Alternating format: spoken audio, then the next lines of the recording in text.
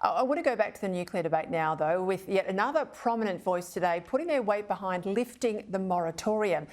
Dick Smith has taken out a full-page ad, not only pushing the nuclear case, but taking aim at the CSIRO and AEMO, accusing them of misleading the Prime Minister when it comes to costs. Now, Smith isn't alone in pointing out that the numbers are not all that they should be and modelled in a way to make nuclear power look more expensive when compared to renewables. Now, most in the media don't look too hard at the numbers, but my next guest, the former head of Australia's government nuclear body ANSTO, refuses to let the media get away with not doing their homework. Here is Dr. Paterson on ABC Radio recently, injecting some facts into costings on nuclear. The CSIRO GenCost study said that nuclear power would be 3 times as expensive as solar and wind. Do you disagree with that?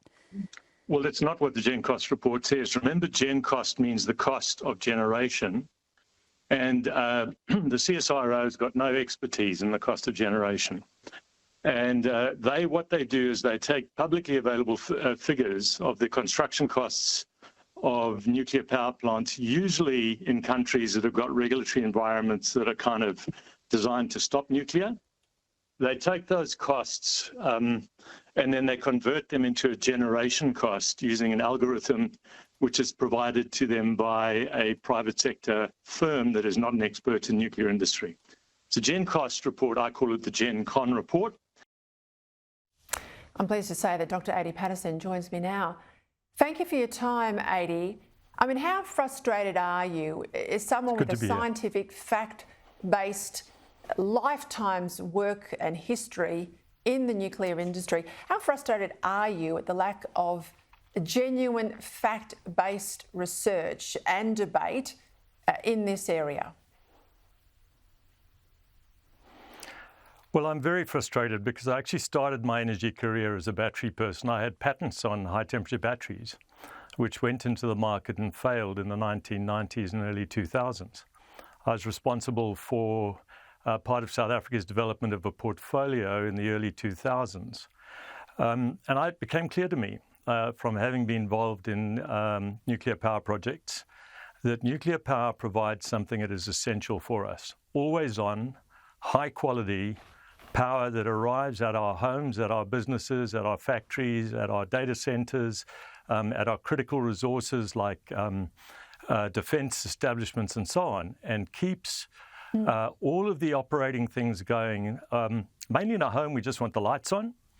But if you're running a data center that's keeping our economy going and our stock exchange going, you need always on reliable power. Solar is available 19.75% in South Australia over the period of a day. That's pretty low. It's less than 20%.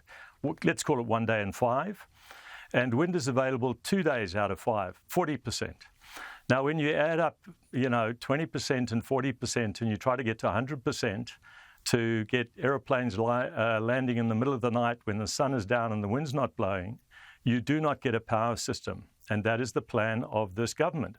It's madness. It's absolute madness. You were also asked in the same interview about the timeframes that it actually takes to build nuclear power, and you took issue with this question. Have a listen. Considering that if we look overseas in Europe and North America, they are years behind schedule and they're over budget, I should say. Do you think we can do it on time? You're not an expert and you're over-summarising. Okay, fair enough, yeah. A really good example is the Emirates. Okay. I did say Europe and North America because I know the UAE is different. But UAE is not different. UAE negotiated with all of its partners internationally to establish what is called the gold standard. This is often obscured in these debates because they wanted to be able to build Korean plants with an independent group of international regulators overseeing their new regulator, so that they would do it to the highest international standards. Their first plant, I think, took 7.5 years. If you take it from first concrete to first electrons on the grid. The last one, I think, took 5.5 years.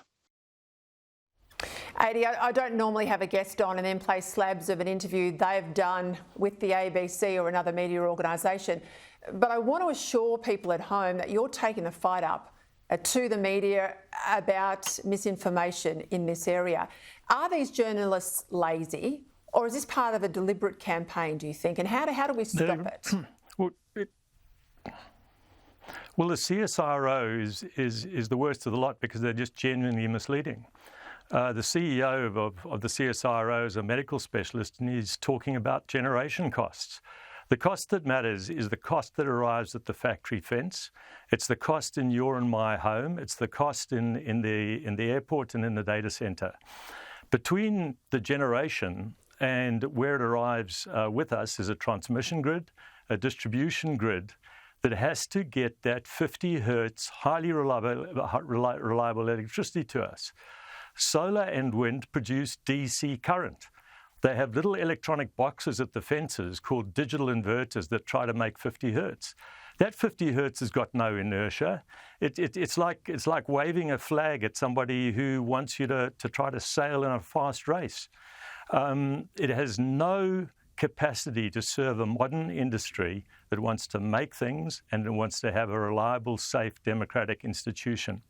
I am shocked that AEMO, its CEO, and the CSIRO are permitted to produce this farce every year. What we want is the cost of electrons at the point of service to real customers. That's called the full cost of electricity.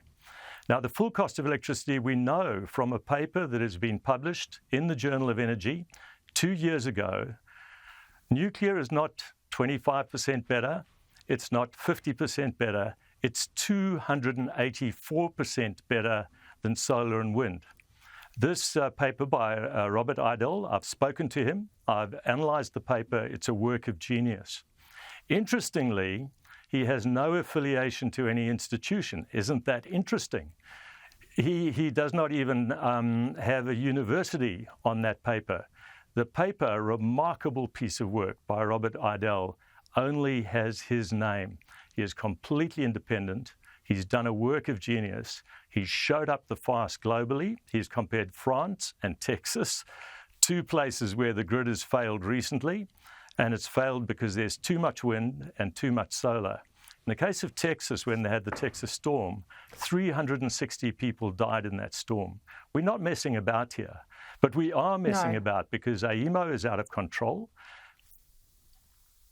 I've got to jump Really in there, out of Adi. I control. mean, you know your stuff, but you are able to communicate to ordinary people, my viewers, listening at home in a way that they can understand. I think that's incredibly powerful. Please keep it up. You're one of our best advocates in the media. Adi Paterson there. Thank you for your time.